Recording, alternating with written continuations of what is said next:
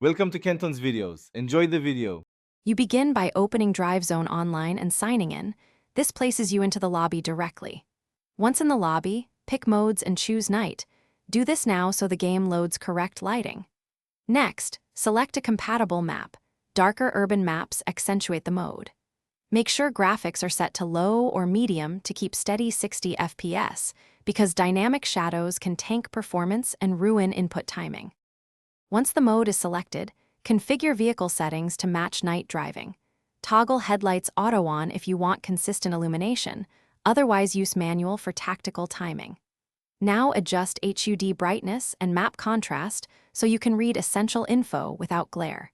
Then tune controller dead zone and sensitivity to prevent twitchy steering in low visibility turns. These tweaks improve how you react under reduced cues, and they cut down on collisions when you enter high-speed sections. You finish by launching a quick practice run, focusing on glare spots and adjusting the camera height to avoid blinding reflections. Use a slightly forward brake bias and softer tire compounds for cooler night track temperatures, because grip changes versus daytime.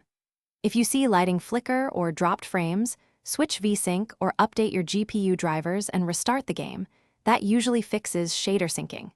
If problems persist, reduce post-processing effects and retry to isolate the issue. Thanks for watching. Consider subscribing if we helped you.